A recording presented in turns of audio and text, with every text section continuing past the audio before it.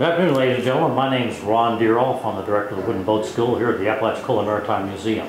And the project we're engaged in starting today is the building of a Passagemaker Dinghy from a kit by Chesapeake Lightcraft of Maryland. These are really nice kits. The hulls are made of 4mm Okomi mahogany plywood.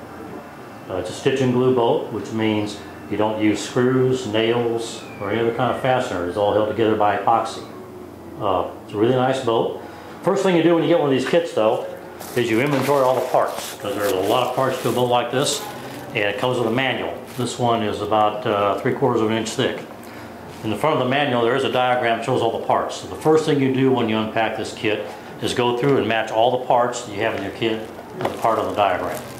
If you're missing anything, then the manufacturer needs to supply it. Generally, if you open the kit and you start building the boat and 2 weeks later you find you're missing a part, it's your responsibility. So always inventory the parts just like anything else you would do. Okay, the second thing we're going to do is we have to join these long panels together, and Chesapeake Lightcraft uses a puzzle joint that has the fingers cut into it by a computer. Each of these parts generally has a tab like you have in your model airplanes. You probably can't see it very well, but it's right here. So I'm going to ask Mr. Gallant, who is going to be the future owner of this boat, to take these tabs off. And every one of these parts needs to have the tabs sanded off. And the way you do that is you take a piece of number 100 grit sandpaper and a sanding block, and you very carefully sand off the tabs. And that's all there is. And every part, generally every part of the boat will have a tab on it, so you want to take those off early in the process. They're not necessary. Here we have the two bottom panels for this boat. And if you notice the joints, again, they're those puzzle joints. They're computer cut. We have to put epoxy in here to glue these joints together. What we're going to be using is a two-part epoxy, standard marine epoxy, very easy to use. A couple things though. You always want to be wearing vinyl gloves. Gloves are necessary. The material itself is not toxic initially, but you can develop a sensitivity to it, in which case you'll get an allergic reaction every time you touch it. So you always want to have vinyl gloves on. If you're going to be really messy, you want to put protective sleeves on your arms, but normally most people don't do that. I mixed some epoxy up, and what this is a two-part epoxy. I've thickened it with a silica gel, so it's just not real runny. What happens if you have very runny epoxy, it tends to run out of the joints, or it will absorb into the wood, it'll starve the joint, it won't be very strong. So I thicken this with a silica material to make it adhere to the joint a bit better. The only problem with this is it doesn't sand very well, so you have to be very neat with your joints. You don't want to spread it all over the place because it's the devil to sand off. So just be aware of that. So what we're going to do, Pete is going to put epoxy on each of the fingers of the joints on both sides of the panels. And we use a small paintbrush for that. These are throwaway, by the way. Once you use them, you can't use them again. But you need to get enough epoxy on there to make sure that there's every surface is covered on the joint. And you don't have to be too stingy with it. It just doesn't need to be dripping off of all the joints. If you'll notice, our entire work table is covered with plastic. Epoxy is real good for joining wood to wood, and the last thing you want to do is epoxy your panels to your work surface. It'll be impossible to get them apart without damaging your panels, and it'll be a lot of sanding, and your boat just won't look right. So anytime you're working with epoxy, whatever you don't want it glued to, cover it with plastic. So our entire work table is covered with plastic. Okay? Pete has epoxied all of the fingers in the joints, every surface in there. So now we're going to fit the panels together. And it's just like a puzzle. You got to put them together and press them down. The main thing you got to remember is that you want this thing smooth across the surface. So we got to be very careful putting this together. The time you spend on doing these kind of tasks and the care you take is going to reflect in the quality of your boat. So let's go ahead and put it together. Notice we're still both wearing our gloves.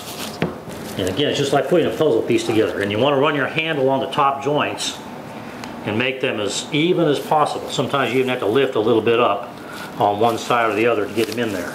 We're going to weight this joint down with a board to evenly distribute the weight. Yeah, sometimes you got to pound on, doesn't hurt a thing, you won't break it. We're going to put a little piece of plastic across here to make sure we don't glue our brace to it. And we'll put the board across, and then we'll pile some weights on it. We have some long hull panels that we've already joined, and these joints are put together exactly the same way. You can see the weight of them down with some heavy weights. Also here we have some stringers, longitudinal supports for the boat. These are scarf joint. And so we have the scarves clamped together in epoxy. And like I said, all this has to dry for at least 24 hours, because if you try to move the panels or bend them before it's properly cured, the joints will open up and you're left with kind of a mess. Epoxy is an extremely durable and waterproof plastic, and mixing it is precise. So it's a 2-to-1 mixture, 2 parts of epoxy to 1 part hardener. And the way to do this is to let the pump do the mixing for you, and you just do the counting. So I'm going to just mix this just like this.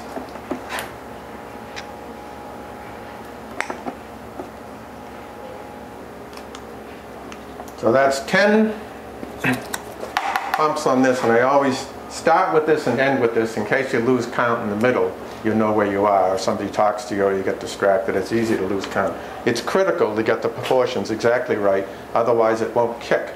That is, it won't harden. And once you put it on and it doesn't harden, then you have troubles. So now I'm going to mix it for a minute or two. Okay, so now I've mixed this for approximately 2 minutes. It should be ready to go. So I'm going to pour it into my roller right here, my roller pan.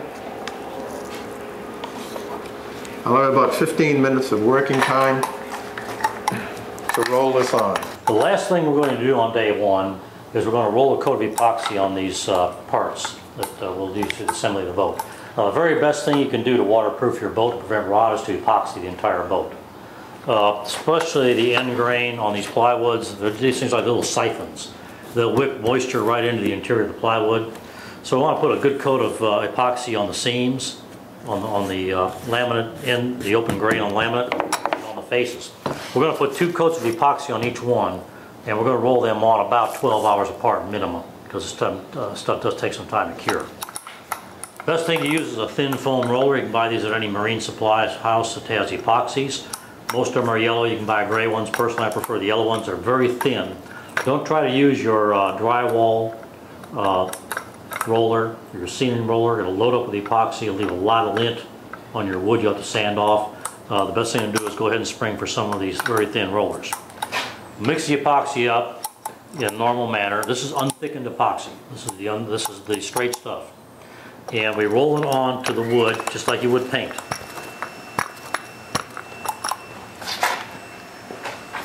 It doesn't make any difference really whether you go with the grain. The epoxy will smooth itself out. The thing you want to do is get a thin coat on each piece of wood. You don't want to lay it on too heavily. It'll sag, it'll run, and just have that much more sanding to do. Again, you'll notice I'm wearing the gloves. Always wear your gloves and work with the epoxy. One thing nice about this stuff too is it really makes the wood look pretty. It brings out the grain. It's like a coat of varnish almost. It really makes the wood look nice. Now you notice we still have our table completely covered with plastic. And I'm going to make sure I don't leave any dry spots on this. I'm going to try and get a little bit on the end grains here. And I usually put it on a little heavier on the end grains because I really want to make sure those are coated. If you have any spots you can't hit with the roller, you can use a foam brush. Disposable foam brush looks just great on this. So I'm going to have to use a foam brush on some of those little sections right there. And that's all there is to it. Just make sure you don't lay it on any bare wood. It's always on plastic. Don't let 2 pieces of wood touch each other, because then it'll epoxy them together. Put a little more. And when you're done with it, this will make for a almost rot-proof boat. Unless you scratch it up or damage it in some way, in which case you can just repair the epoxy. It should last you 10 to 15 years, because this is great stuff for waterproofing. Okay, now I'm going to grab my foam brush and just put a dab on these tabs and these joints so I make sure everything is covered. You don't have to be really neat here, but you do want to avoid a real heavy coat because it will sag. And there's really no problem with that, except you just do extra sanding you don't really have to do. And there's going to be enough sanding to do on this boat that you really don't want to get into doing more than you have to. If you're looking for a bit of a shoulder workout, that sanding will do it for you. Okay, we're going to coat all of these parts with epoxy and then let it sit overnight and then put another coat on in the morning.